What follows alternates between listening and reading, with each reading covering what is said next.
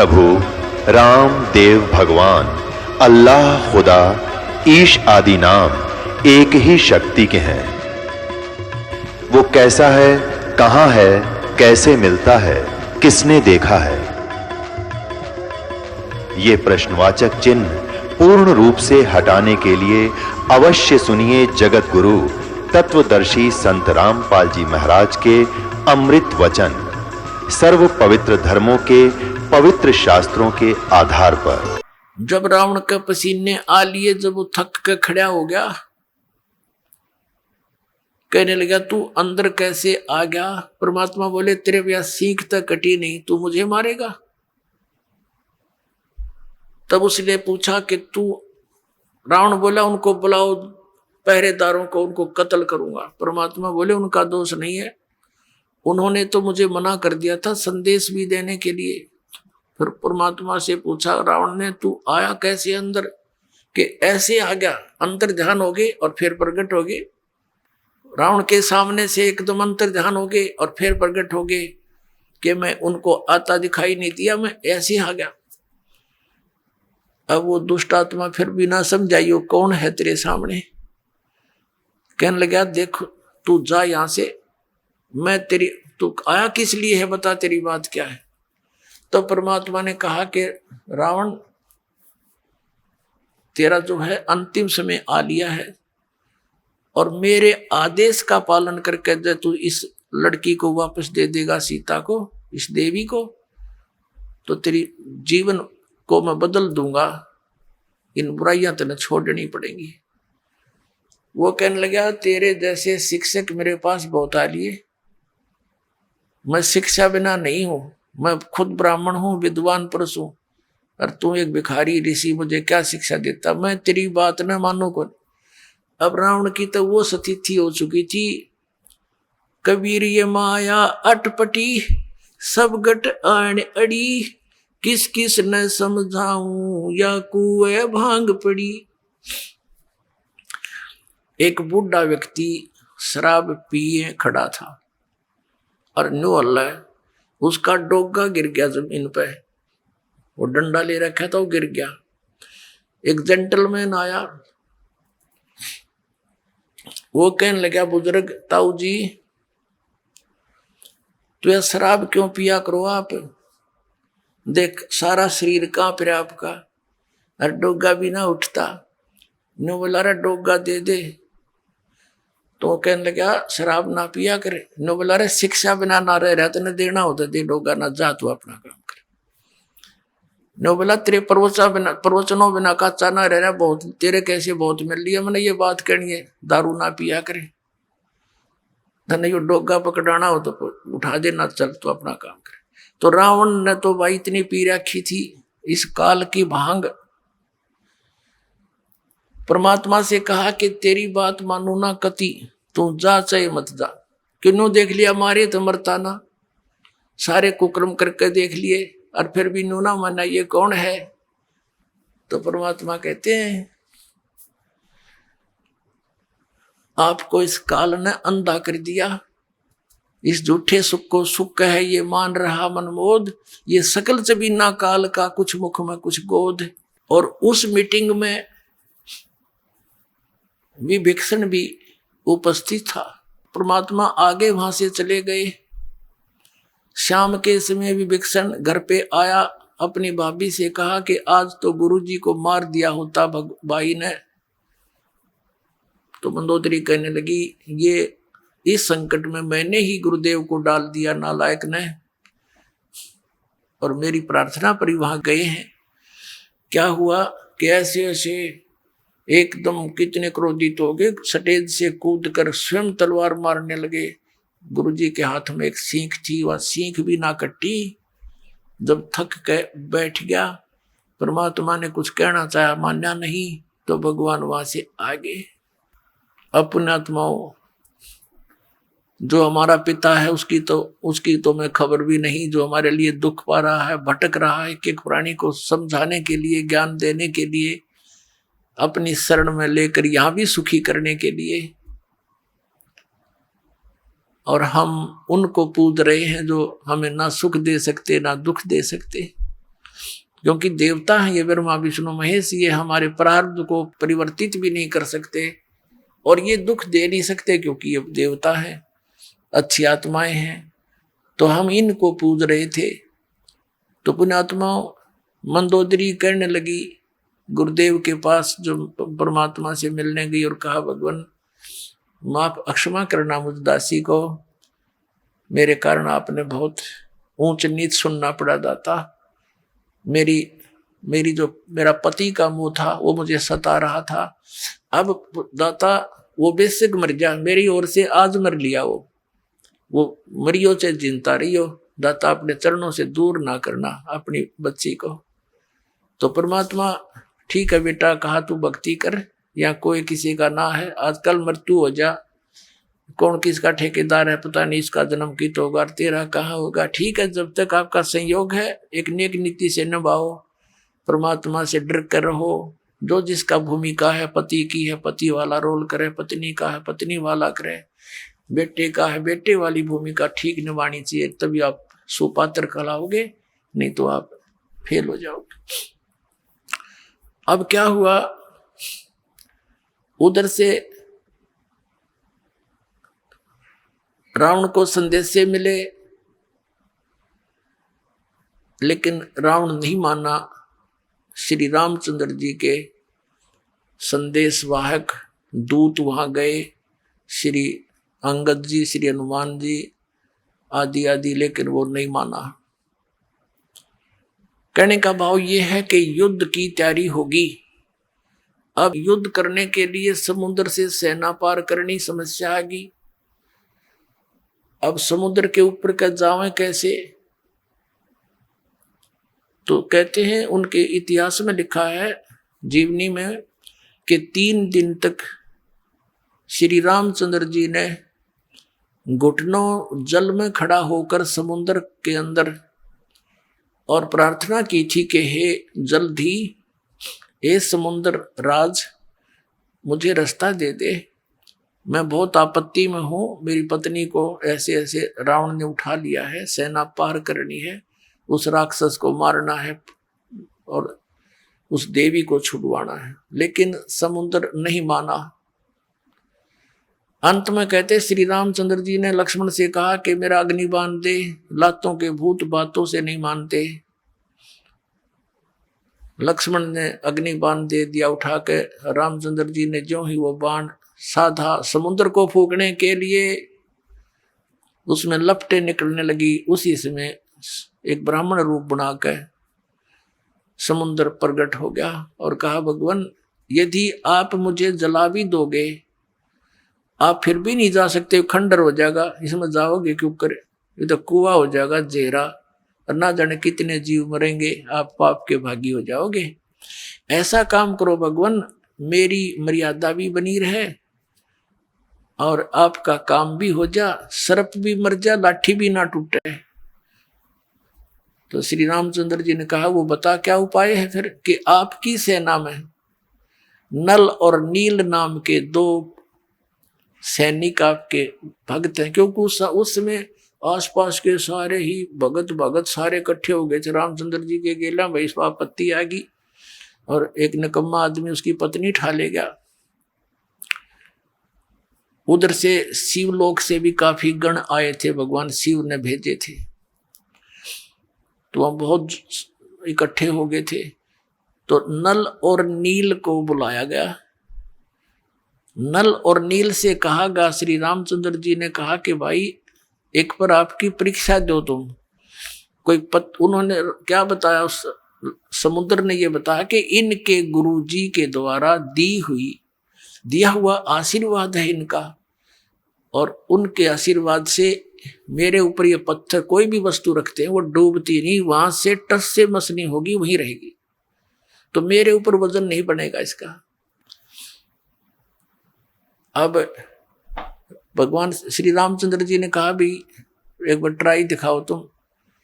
अब उस दिन देखो हम न्यूम ऐसे मार खाते हैं, पहले तो नल और नील 100 शुक्र मनाया करते अपने मुनिंद्र भगवान के, और उस दिन वो आंडी पाक गए, अभिमान हो गया उनको कि यदि आज हम गुरु जी को याद करेंगे, जंतर मंत्र प्रणाम करते हैं जैसे याद करने के लिए, तो ये न सोचेंगे उपस्थित जन ये कहीं और से शक्ति प्राप्त करते हैं, इनके अंदर कोई पावर नहीं।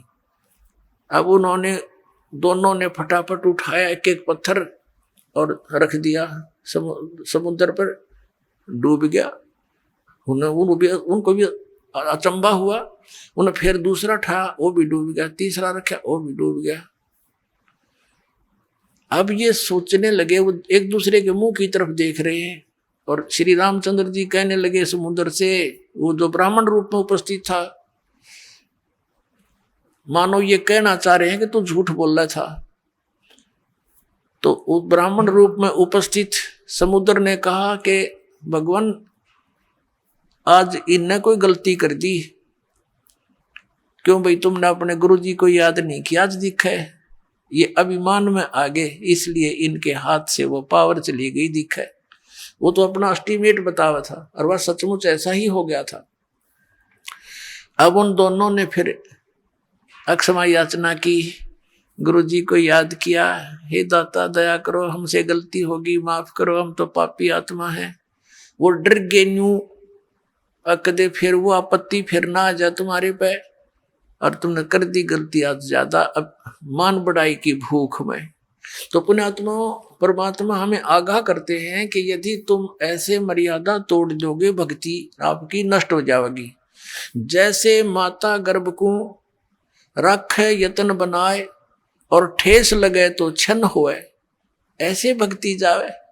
जैसे किसी बहन को, माता को बहुत वर्षों के बाद कोई गर्भ रहा हो, फिर वो कितनी चिंतित होती है उस बालक को परिपूर्ण करने के लिए, कहीं ऊंचे नीचे में पैर न रखा जा, चलते समय भी बहुत सावधानी बरतती है, और रात के समय करवट बदलते समय भी वो बहुत चिंतित रहती है, कहीं मेरे बालक पर जोर ना आ गया, एकदम उदड़क कर पड़ती है और देखती है दर्द पीड़ा तो नहीं होगी मुझे। तो कहते हैं जैसे माता गर्भ को रखे यतन बना और ठेस लगे तो क्षीण होए, तेरी ऐसे भक्ति नसावे, तो उनकी भक्ति नस की खत्म होगी। अब उन्होंने रोए पीटे याद किया भगवान को, वो तो मालिक ने करना ही था, क्योंकि श्री रामचंद्र विष्णु अवतार और श्री कृष्ण भी विष्णु अवतार, और विष्णु कौन, ये भी भगवान का बच्चा। आप जैसी आत्मा पुण्यकर्मी प्राणी पोस्ट ये मिल गई इसको। जैसे आप किसी का भाई मंत्री बन जाता है तो भाई ही उसका, वैसे वो कितनी पोस्ट पे बैठा है, तो ऐसे ही ये आपके ही भाई हैं, उस परमात्मा के ही बच्चे हैं। तो उनके दुख का निवारण भी वही परमात्मा कर सकता है और कोई नहीं कर सकता। जैसे आपने श्रीमद् भगवत गीता अध्याय नंबर 15 के श्लोक नंबर 1 से लेकर 4 और 16-17 में जो सुना कि ऊपर को जड़, वो तो संसार रूपी वृक्ष की ऊपर को जड़ है, वो तो मूल मालिक है, पूर्ण परमात्मा है, और नीचे को तीनों गुण रूपी शाखा, ये ब्रह्मा विष्णु महेश रूपी शाखाएं हैं, और वो परमात्मा जो मूल है, जो जड़ है, वो तीनों लोकों में प्रवेश करके सबका धारण पोषण करता है। 15वें अध्याय के 17वें श्लोक में कहा है कि उत्तम पुरुष तु अन्य परमात्मा इति उदारत, यह लोक चरम आविश्य विवर्ती अवैश्वर है। वो मूल मालिक जो है, जड़ रूपी जो सारे संसार रूपी वृक्ष की जड़ है, मूल है, वहां से सबको आहार मिलता है। तो वो सबका धारण पोषण, यानी जिसकी जिस स्थिति की कोई संकट है, और वो परमात्मा ही उसका निवारण करता है। अपने आत्माओं, ये बहुत लंबा इतिहास है, कई दिनों में आपका समझ में आओगा। सबसे पहले जो परमात्मा आए थे और इस काल से वहां ऊपर मिले थे, इनका उसने विवाद बहुत किया था, फिर समर्थ के सामने वो नतमस्तक हो गया था। इसने कुछ वरदान मांगा था। एक तो ये मांगा था कि आप अपना ज्ञान देकर अपने शरण में लेना, जबरदस्ती ना करना, बलात् मत लेना मेरे से जीवों को। दूसरा ये कहा था कि 3 युगों में जीव कम ले जाना, चौथा युग जब कलयुग आवे तब तो शरण जीव बहु जावे। ऐसा वचन हर मोह दीजिए, तब संसार गमन तुम कीजिए। और तीसरा वचन ये मांगा था उसने कि ऐसे मेरा पुत्र विष्णु श्री राम रूप में त्रेता युग में जाएगा, उसके साथ उसके प्रारब्ध में ऐसे संकट हैं और इस काल को पता है, उसको मैं टाल नहीं सकता। आप वो समुद्र पर पुल नहीं बनेगा, वो पुल बनवाना। परमात्मा ने कहा ठीक है, और बता भिखारी।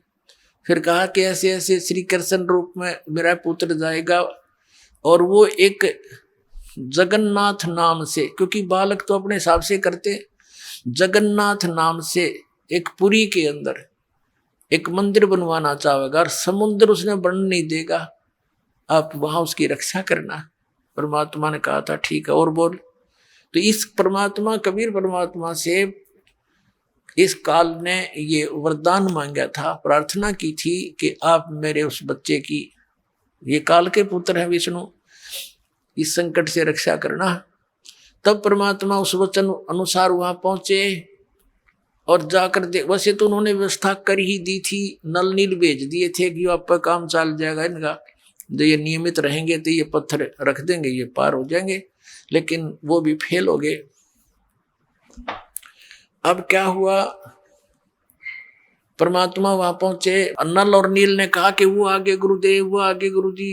अब सबकी दृष्टि गई, एक ऋषि आते दिखाई दिए, निकट आए जब श्री राम और लक्ष्मण ने उनके चरण लिए, हनुमान सब ने चरण लिए, तब परमात्मा से प्रार्थना की कि हे भगवान, हम, श्री राम ने कहा कि हम बहुत संकट में हैं, मैं राजा दशरथ का पुत्र हूँ, ऐसे ऐसे रावण ने मेरी पत्नी उठा ली है और समुद्र के ऊपर से हमने सेना ले जानी पड़ेगी। ऋषि जी, जब आप अपने शिष्यों को इतनी पावर दे सकते हो, आप तो समर्थ हो, हम पर दया करो। आज आपके इन बच्चों के, आपके शिष्यों के हाथ में वो शक्ति रही नहीं। परमात्मा ने कहा अब इनके हाथ में रहेगी भी नहीं, क्योंकि इन्होंने आज एक भयंकर गलती कर ली, अपने आप में प्रभु मान लिया, भगवान को भूल गए ये। तब श्री राम ने कहा भगवान अब मेरा क्या होगा। तब परमात्मा ने कहा कि ठीक है, करता हूं व्यवस्था। एक डंडी ले रखी थी परमात्मा ने, डोगा सोटी, कहा कि मैं ये रेखा लगाता जाऊंगा इस पहाड़ के चारों ओर, एक रेखा खींचूंगा, इसके बीच बीच के पत्थर बिल्कुल हल्के हो जाएंगे, जहां रखोगे वहीं रखे रहेंगे, पानी में डूबेंगे नहीं, कितना वजन रख लेना।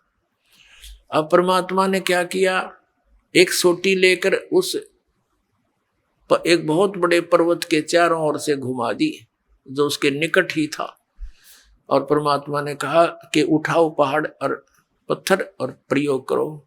अब नल और नील ये शिल्पकार भी थे, राज थे, मिस्त्री भी थे, ये उन पत्थरों को छोल छाल के और फिर सेट करना भी जानते थे। अब क्या हुआ, वो पत्थर उठा के लाए, देखा रख के, इतना भारा पत्थर ऊट पटांग सा और रख दिया, वो भी ना डूबया, ऐसे तरह ऊपरे रखा हुआ नौकर। तो सबको विश्वास हो गया कि बन गई बात। अपना आत्मा अनुमान, जैसे हमारे ये अध्यात्म मार्ग में आप कति जीरो हो चुके हो, और दास भी उसी स्थिति में था।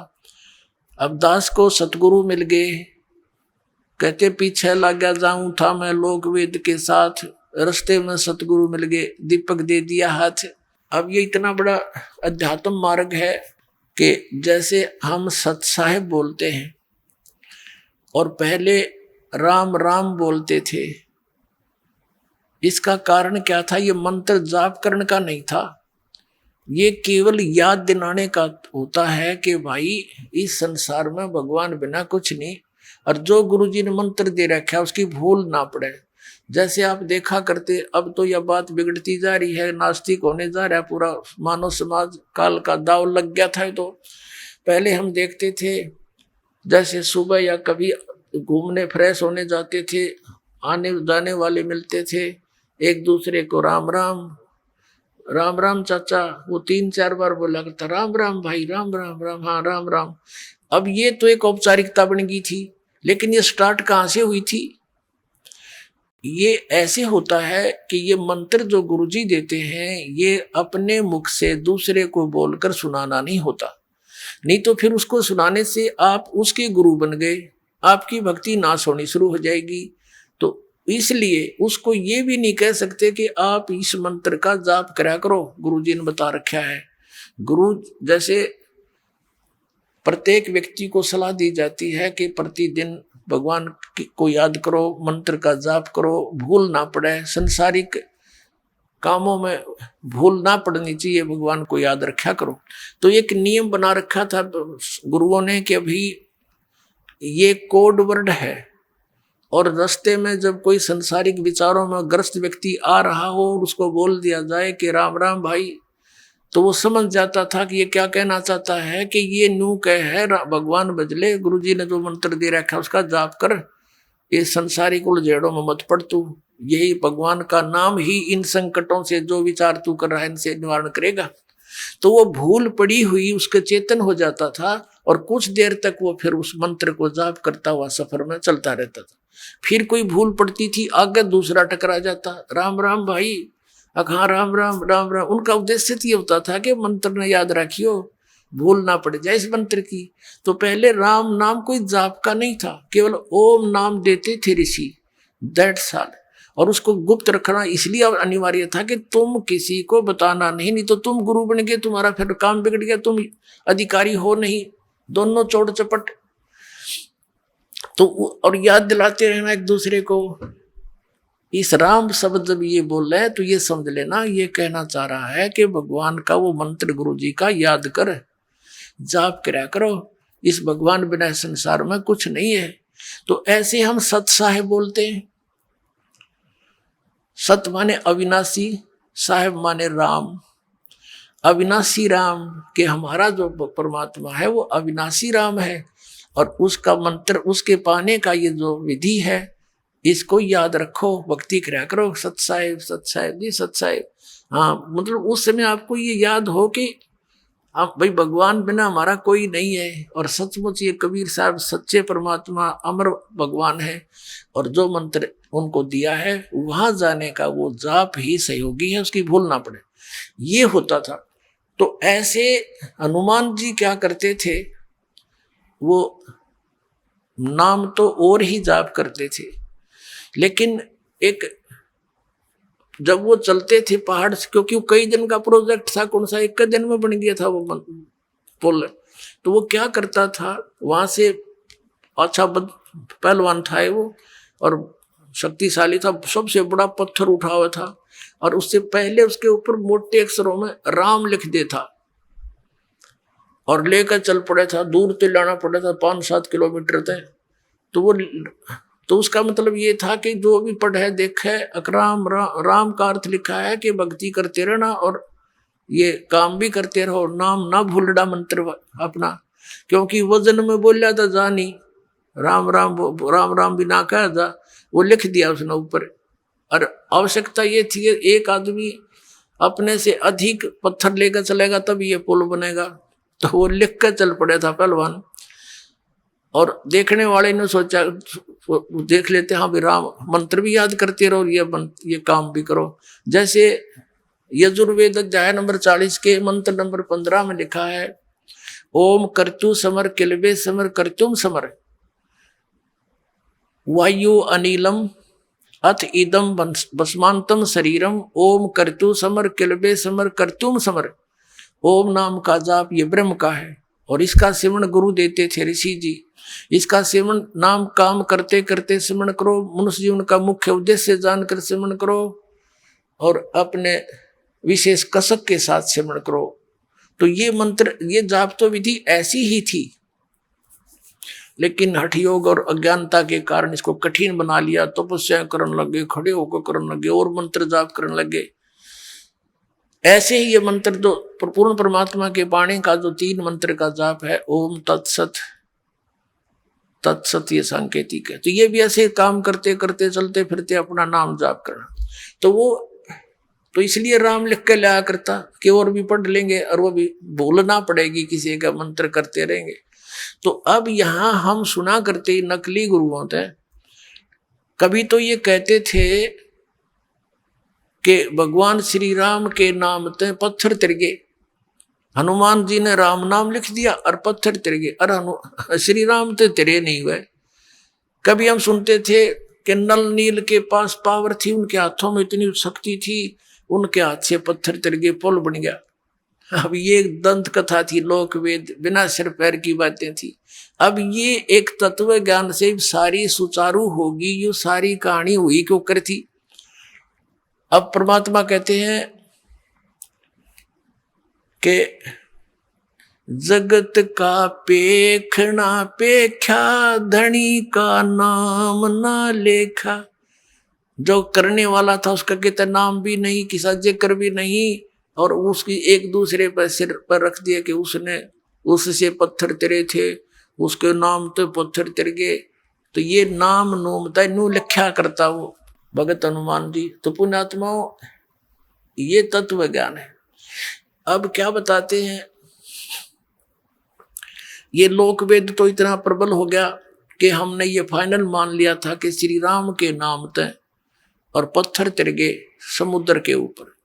और फिर ये भी साथ साथ था कि नल और नील ने के हाथों में पावर थी, उनके हाथों से कोई वस्तु डूबे नहीं थी। ये पावर कहाँ से आई थी, इसका कोई सिर पैर उनके पास नहीं था। अब नल और नील का सहयोग था, वो शिल्पकार थे, यानी वो राज थे, मिस्त्री थे, और उन्हें जोड़ तोड़ कर उन्हें फिर भी रखा था, सहयोग दिया था। उनके हाथों में पावर नहीं थी, वो पत्थर ही हल्के कर दिए थे उस परम पिता ने, उस भगत के यानी श्री रामचंद्र जी के उस संकट का निवारण करने के लिए। अपने आत्मा पुल भी बन गया, सेना भी चली गई, युद्ध भी हुआ, और कई दिनों तक श्री रामचंद्र जी से वो रावण नहीं मरा। छक्के छूट गए थे श्री रामचंद्र के। आखिर में जब आदमी थक जाता है ना, ये जिनको हम भगवान मानते ये भी आप जैसे ही हैं, तो ये परम पिता को याद करते हैं, परम शक्ति को। अब उस समय वो शक्ति उनकी मदद करती है जो कभी उस मालिक की शरण में रहे हों और उनके पूर्व जन्म के यानी कोई संचित कर्मों में भी कोई पुण्य ऐसा शेष हो, उसको भी परमात्मा अपनी पावर से क्रेडिट दिला देते हैं और स्वयं ही फिर उस क्रिया को आके करते हैं। अब जब कति छक्के छूट लिए रामचंद्र जी के, ना वो तीर कहीं मारे मरे नहीं, और विभीषण ने बता दिया इसकी नाभि में अमृत है, वह मारो। रावण भी सूरवीर था, कई दिन तक उसने उसके बाणों को निकट भी नहीं आने दिया नाभि के श्री राम के। तो तब हताश हो गया था, तब परमात्मा गुप्त रूप में प्रकट हुए और फिर आशीर्वाद दिया उस राम का कि कर काम ही लगेगा। तब उसका रावण का वध हुआ था। अब पुण्यात्माओं हम सुना करते थे कि श्री कृष्ण जी ने पर्वत उठा लिया था, गिरिराज यानी गोवर्धन पर्वत को उठा लिया था हाथ पर उंगली पर ऐसे। पहले तो ये विचार करो उन्होंने वो पर्वत उठाया किस उद्देश्य से था। उन्होंने इस उद्देश्य से उठाया था कि वहां इन देवताओं की पूजा होया करती, और इंद्र स्वर्ग का राजा है, भगवान की पूजा छोड़कर इंद्र की पूजा चलती थी। श्री कृष्ण जी ने कहा भाई इंद्र की पूजा छोड़ दो, या दो उस भगवान की पूजा करो। इंद्र की कढ़ाई जो होती थी पूजा वह बंद कर दी।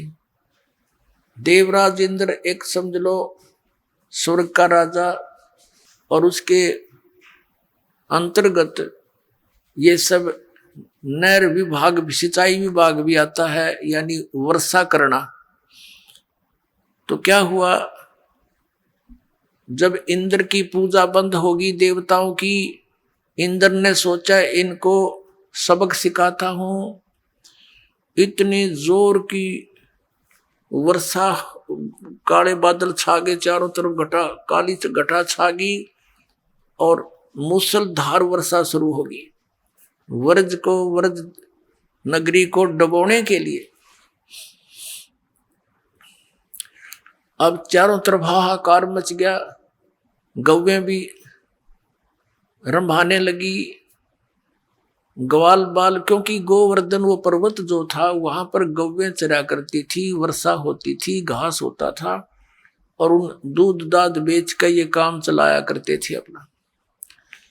और वो समाप्त करने चल पड़ा कि इसको इतना वर्षा कर दूं कि ये समुद्र, ये गोवर्धन पर्वत भी डूब जाए, आसपास की नगरी भी नष्ट हो जाए।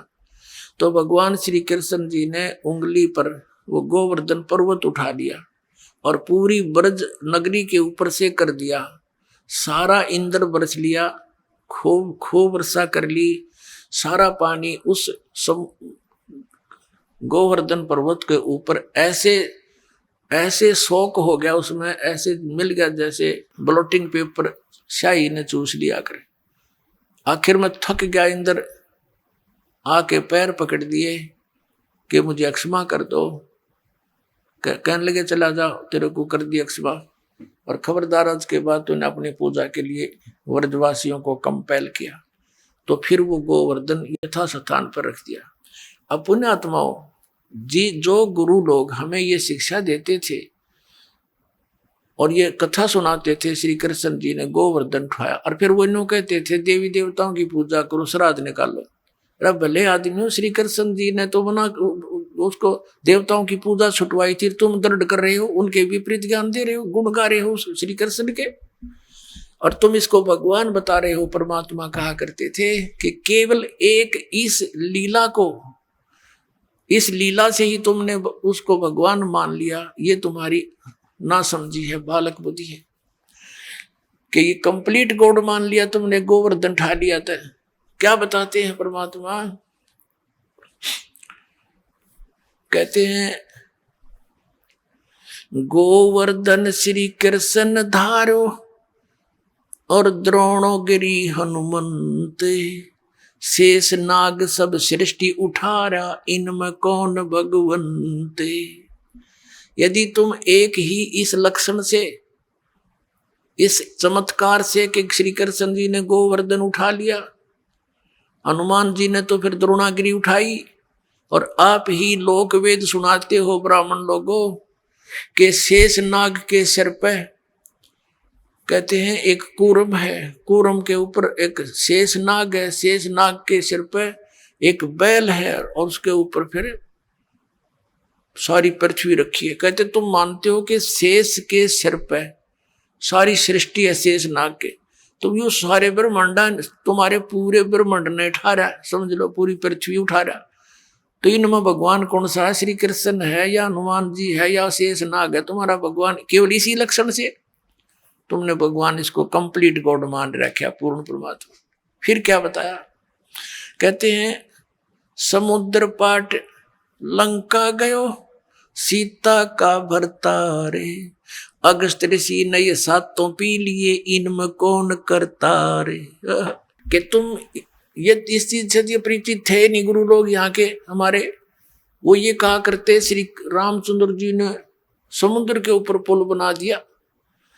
परमात्मा कहते हैं यदि तुम इसी लक्षण से इसको भगवान मान बैठे, तो क्या बताते हैं कि समुद्र पाट लंका गयो, यानी समुद्र को 8 के पत्थर उसको ऊपर रख के और लंका चला गया। कौन? सीता का भरतार।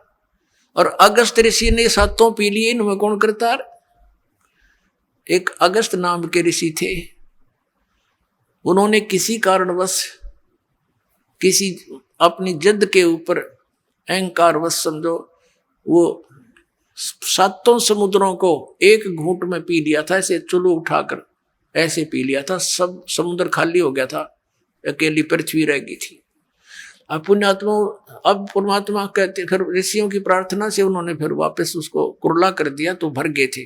ये आध्यात्मिक शक्ति है, मार्ग है, इसमें आप विज्ञान को ना अड़ाना। विज्ञान तो बालकों का खेल है, ये जहाज बना लिए, इससे मांडी पाइक के कंप्यूटर बना लिए है, परमाणु बम बना लिए, और 2 साल वर्षा ना करे भगवान, ये धरे धराए रह जाता साइंस, किधर ढूंढे नहीं पाओ, जर लगे खड़े खड़े इन जहाजों के ऊपर को चल बैठनिया नहीं पावे। तो परमात्मा कहते हैं फिर इनमें भगवान कौन भाई? अगस्त ऋषि ने तो 7 समुद्र पी लिए थे, तुम एक पत्थर धर के पार हो गया तुम्हारा श्री राम, तुम उसने भगवान मान बैठे। लेकिन तुमने पता नहीं वो पुल, वो पत्थर भी कैसे तरे थे, उसको तो मानने को तैयार ही नहीं। पर परमात्मा ने ये तरीका अपनाया हमारे अज्ञान को हटाने के लिए। श्री रामायण के अंदर एक कथा आती है कि जिस समय श्री रामचंद्र और पूरी सेना एक नाग फांस में आ गई थी, एक सिद्धि से लड़ाई होती थी, तो एक ऋषि ने, उसने एक नाग फांस यंत्र होता, वो था हथियार, तो उसके अंदर एक सिद्धि होती है, वो अनेकों नाग बन जाते हैं, उसमें से नर सांप निकलाए। और उन्होंने सारी सेना को जो लड़ने को तैयार हो रही थी, ज्यों की त्यों लपेटे लाकर बांध दी, जैसे रस्से तो बांध दिया करे। और सारे खड़े भगवान राम वीर लक्ष्मण भी नो कति जैसे ईख बांध दिया करे, नो पूरी सी खड़ी जगह जगह, और कोई सा टसमस हो नहीं पा रहा। अब 2 मिनट पाछा उसकी गर्दन काट देते सारे, सबको खड़े खड़े आओ तो विवश हो चुके थे।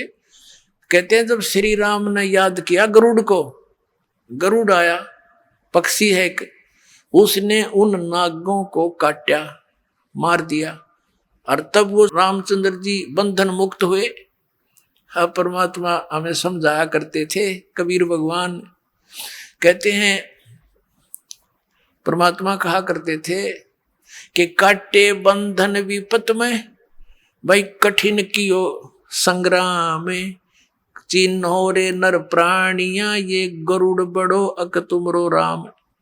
अब परमात्मा कहा करते काटे बंधन विपत में, कठिन कियो संग्राम, और चिन्हो रे नर प्राणिया, यो गरुड़ बड़ाक तुम्हारा राम। ये कौन सा भगवान है इनमें बताइए? वो तो बंदा खड़ा थारा भगवान, तो और गरुड़ नाक उसकी सहयोग करी, तो कौन सा परमात्मा तो इसमें। तो इस तरह के तर्क देकर भगवान ने खूब समझाना चाहा कबीर परमात्मा ने, पर हमारी बुद्धि पर पत्थर डाल रखे थे इन अज्ञानी ऋषियों ने। अपने आत्माओं,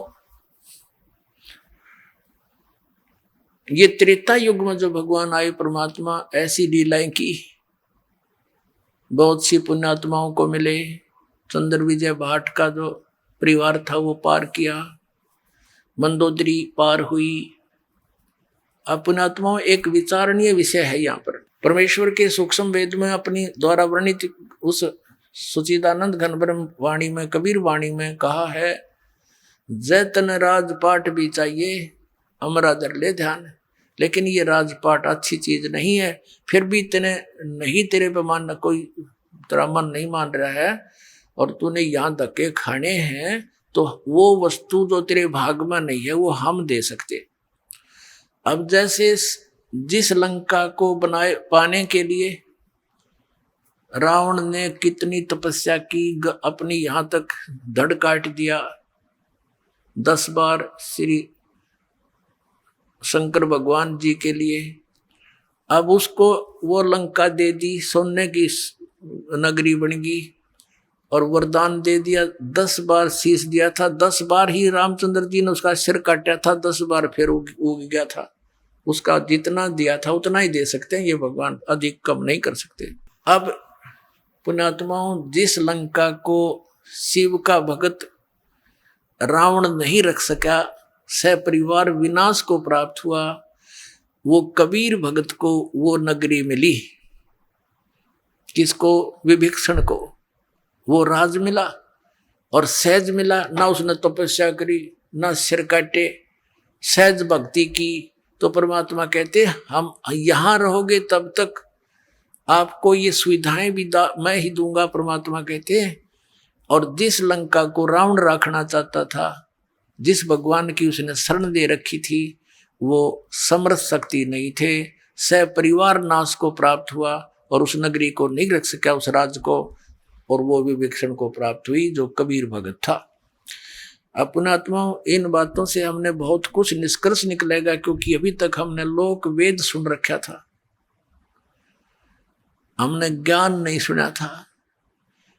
अब और भी बहुत से प्रमाण हैं, जैसे एक नरसी नाम के भगत थे, सेठ था, बहुत पैसे वाला था, और उसके वो इतना कंजूस था कि 1 पैसा भी दान नहीं करता था।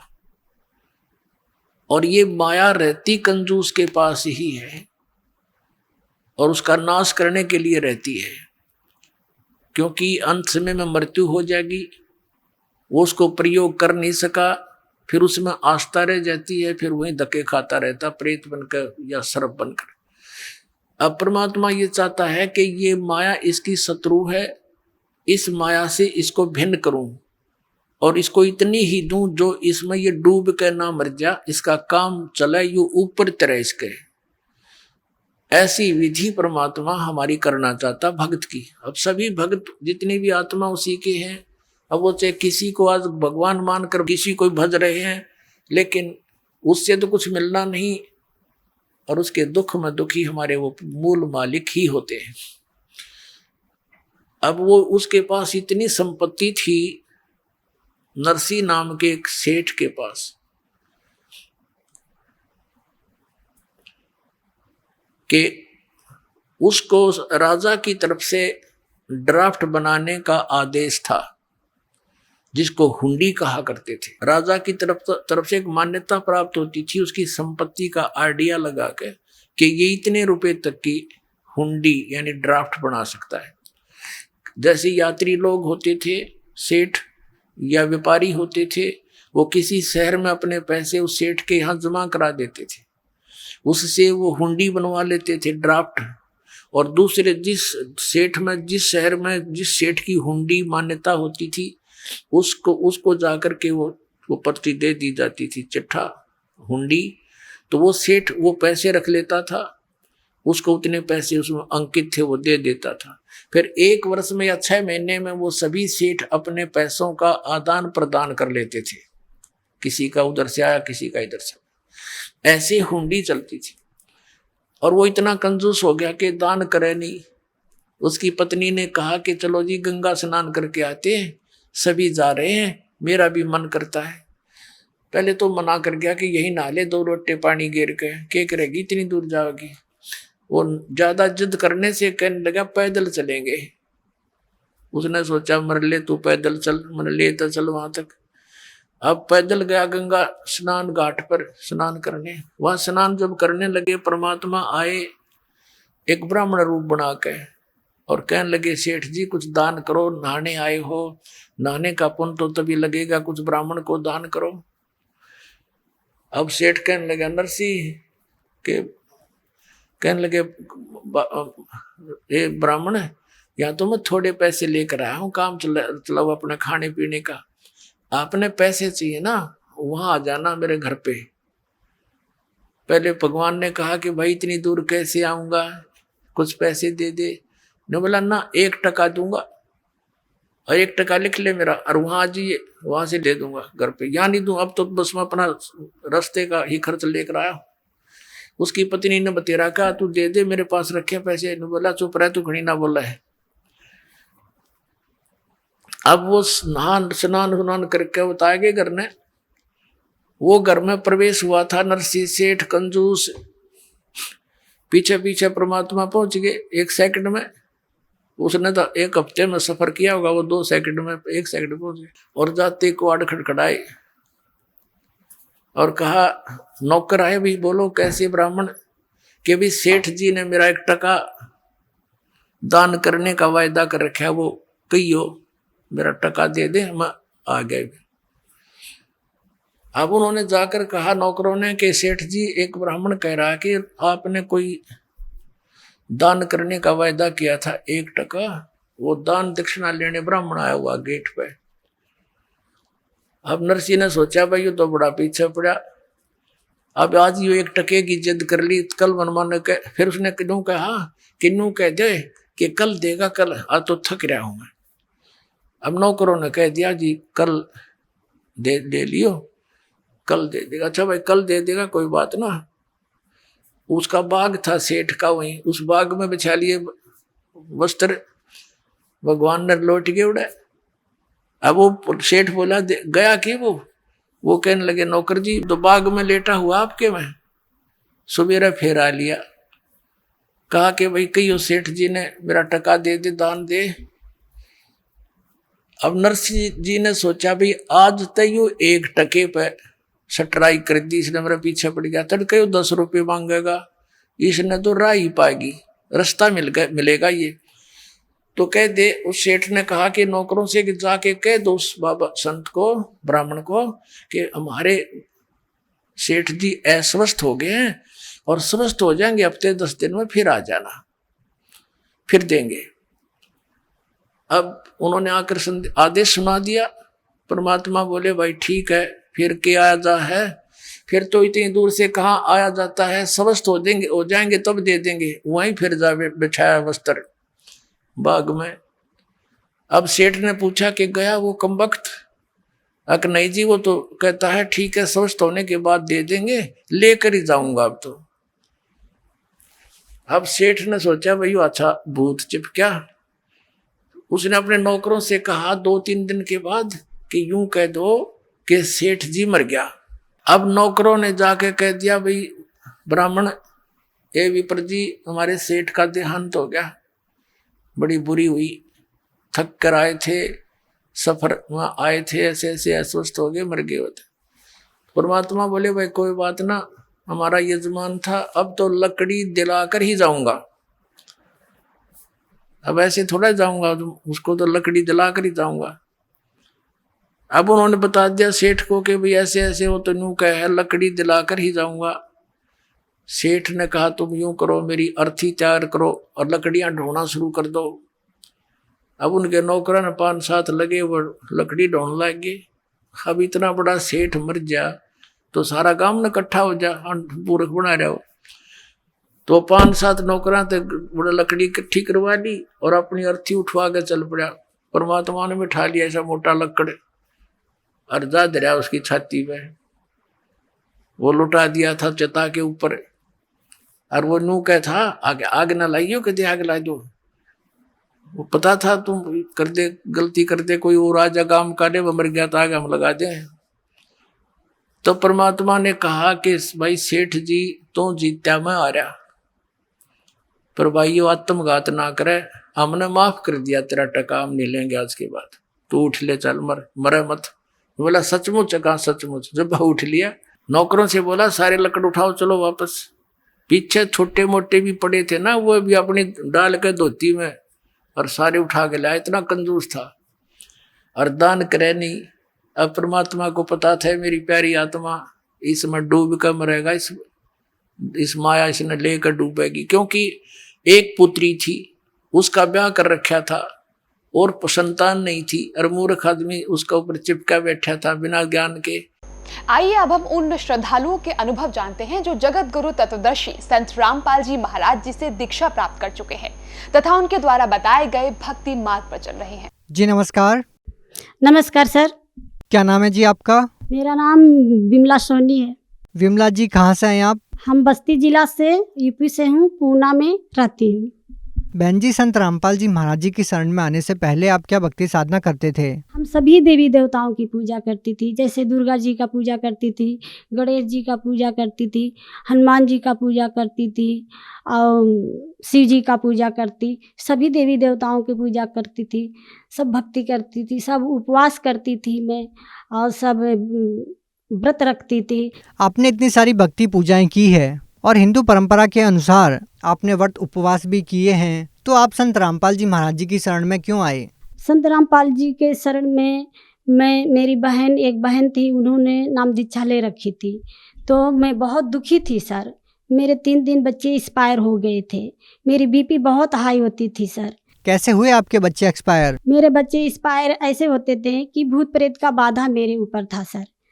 तो मेरे ऊपर भूत प्रेत का बाधा है, तो भूत प्रेत के वजह से मेरे 2 लड़के एक्सपायर हुए, 1 लड़की एक्सपायर हुई। बहन जी, जैसा कि आपने बताया कि आपके बच्चों की डेथ हो रही थी बार बार, क्या आपने कभी इसको डॉक्टर को नहीं दिखाया? हाँ दिखाई सर, डॉक्टर को तो बहुत दिखाई। कहाँ कहाँ दिखाया आपने? सर मैं शताब्दी हॉस्पिटल में कांदेवली में एडमिट थी, वहाँ से ट्रांसफ़र हुई तो मैं कांदेवली में थी, शताब्दी में गई, शताब्दी से मैं नायर हॉस्पिटल में गई, तो नायर हॉस्पिटल में एडमिट तो किया मुझे। फिर क्या बोला कि मैं एडमिट तो कर ले रहा हूँ पर मैं जिम्मेदारी नहीं ले सकता। मेरे हस्बैंड से साइन कराया, बोला न जच्चा बचेगा और न बच्चा बचेगा, दोनों नहीं, दोनों को हम नहीं बचा सकते। तो घर में बहुत रोना पीटना पड़ गया। मेरे घर में पहाड़ टूट पड़ा सर। पहाड़ टूटने के बाद मेरी बीपी भी बहुत हाई थी उस समय, बच्चा खून में दौड़ रहा था, मेरा बच्चा खून में दौड़ रहा था सर। मैं इसके आगे क्या बताऊं। सच्चे भगवान ने मुझे अपने शरण में लेना था, इसीलिए मुझे बंदी छोड़ मुझे सारे कष्टों से बचाए। तो आपको संत रामपाल जी महाराज जी के बारे में कैसे पता लगा? संत रामपाल जी महाराज के बारे में मैं पुस्तक पढ़ी सर। उस पुस्तक में लिखा था, मानो जन्म पाकर जो नहीं रटा हरिनाम, और जैसे कुआं जल बिना बनवाया क्या काम। अगर हम मनुष्य का जन्म पाए हैं, अगर हम भक्ति सच्चा नहीं करते हैं, सच्चे मार्ग पे हम नहीं रहते हैं, तो हमारा मनुष्य का जन्म होना ना होना बराबर है। जैसे पशु पक्षी के समान हमारा शरीर है, हम मनुष्य में नहीं माने जाएंगे सर। बहन जी, आपने संत रामपाल जी महाराज जी की बुक ज्ञान गंगा को पढ़ा, तो आपने उनसे नाम दीक्षा कब ली? हम उनसे नाम दीक्षा 2019 13 जनवरी की ली सर। तो क्या आपको संत रामपाल जी महाराज जी से लाभ भी मिला? हाँ सर, मुझे लाभ मिला। पहला लाभ तो मुझे ये मिला कि मुझे सच्चे भगवान मिले, सच्ची भक्ति थी जो मुझे 8 साल के वर्ष में मुझे भगवान की तलाश थी, तो वो बंदी छोड़ मुझे मिले, संत रामपाल जी महाराज मुझे मिले सर। और बहुत सारे लाभ हुए हैं सर। मेरे पति जी बहुत नशा करते थे, तंबाकू का नशा करते थे, तंबाकू नहीं खाते थे तो बाथरूम नहीं जा पाते थे। वो तंबाकू खाने के बाद बाथरूम जाते थे। उनको बोलती थी ज्ञान समझो, भक्ति करो, तो वो बोलते थे तुम करो, तुम जाओ अपना सेवा में और सत्संग सुनो, मैं तुझे नहीं मना करूँगा, पर मेरे को मत बोला कर, मैं नहीं कर पाऊँगा। इतना कठिन भक्ति है, इतना मर्यादा है, इतना मर्यादा मैं नहीं निभा सकता, मेरी बस की बात नहीं है। उनकी अच्छी बात बोलती थी तो उनको बहुत बुरा लगती थी सर। तो ऐसे ऐसे मेरा 6 महीना निकल गया।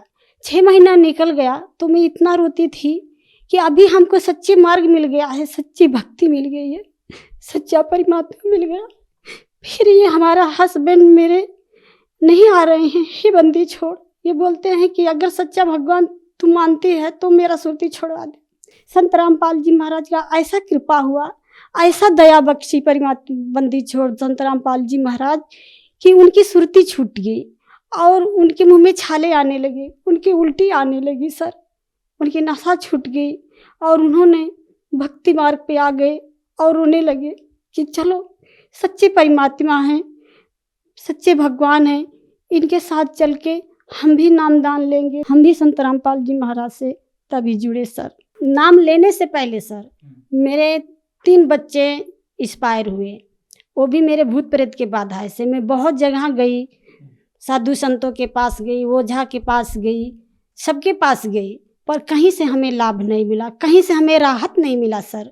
हमें कुछ नहीं, कहीं भी नहीं हमको कुछ राहत मिला सर। उसके बाद सर मैं संत रामपाल जी महाराज के जब शरण में आई तो मेरे फिर गर्भ रहा, तो मेरे गर्भ में आई लड़की तो पेट में उल्टा हो गई, तो मैं बहुत रो रही थी। एक दिन रात को संत रामपाल जी मेरे सपन में आए और मुझे गले से लगाए, मुझे गले से लगा के कहने लगे, ये बेटा अब तुम चिंता कर, मैं तुम्हारे साथ हूँ, अभी तेरे गर्भ को कुछ नहीं होने दूंगा मैं। जैसे लड़कियां को माँ अपने गले लगाती है, वैसे संत रामपाल जी महाराज ने मुझे अपने गले से लगाया और गले से लगा के मेरे सर पे हाथ फेरा कि बेटा तेरे ऊपर बहुत आपत्ति था, अब मैं नहीं आने दूंगा, अब तो मैं तेरे पल पल तेरे साथ रहूँगा। संत रामपाल जी महाराज मेरे पल पल साथ में आ गए और मेरे डिलीवरी के टाइम संत रामपाल जी महाराज इतना दया बख्शी, इतना रजा बख्शी कि मैं इसका बखान करूँगी तो कम पड़ेगा सर। डिलीवरी के टाइम जब मेरा डिलीवरी के टाइम आया सर तो मैं दवाखाना गई, मैडम बोली अभी तो पैसा का व्यवस्था करके तभी आना दवाखाना में। मैं बोली ठीक है, मैं पैसा का व्यवस्था करके ही आऊँगी मैडम। मैं जब उधर एडमिट हुई सर, बिना टाइम के मैं गई दवा लेने, ऐसे हाथ पांव दुख रहा था, मैं दवा लेने गई। संत रामपाल जी महाराज ने ऐसा रजा बख्शी कि परमात्मा बंदी छोड़ संत रामपाल जी महाराज ने आए और मेरा आधा घंटे में मेरी डिलीवरी हो गई।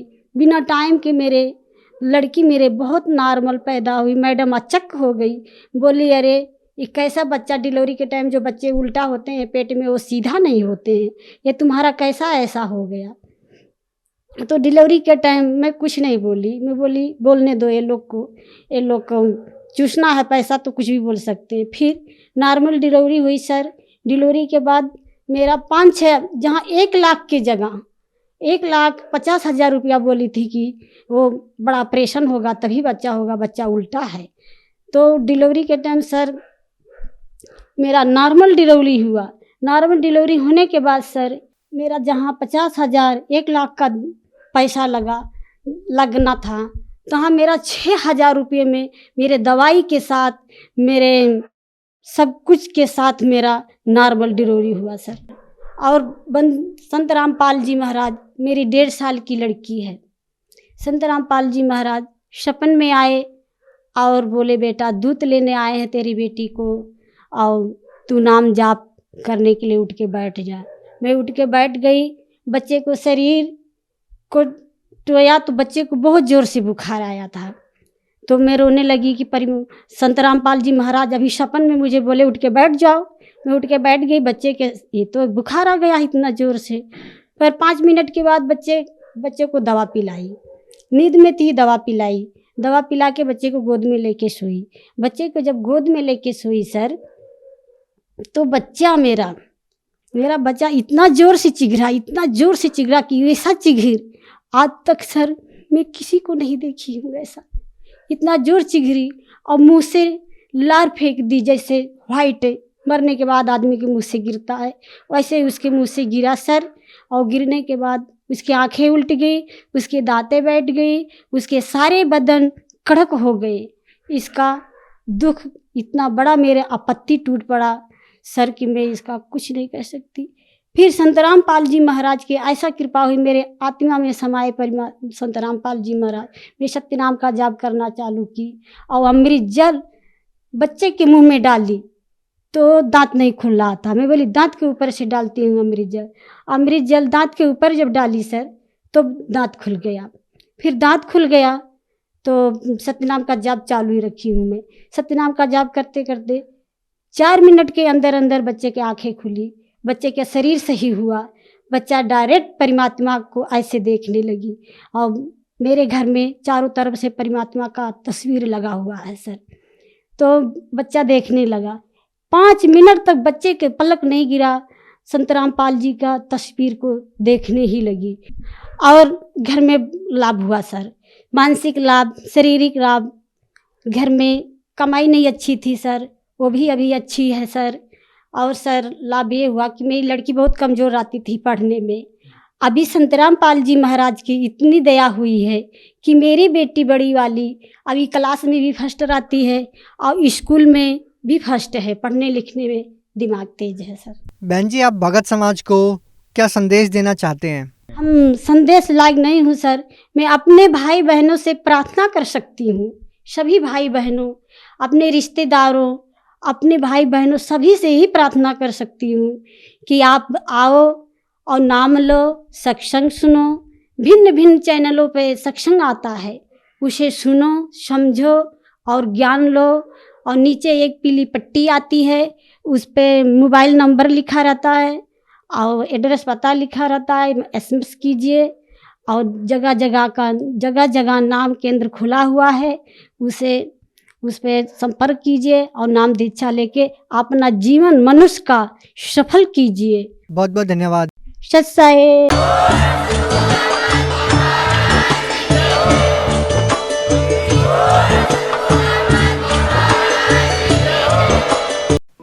आप सुन रहे थे जगत गुरु तत्वदर्शी संत रामपाल जी महाराज के मंगल प्रवचन। अधिक जानकारी के लिए संपर्क करें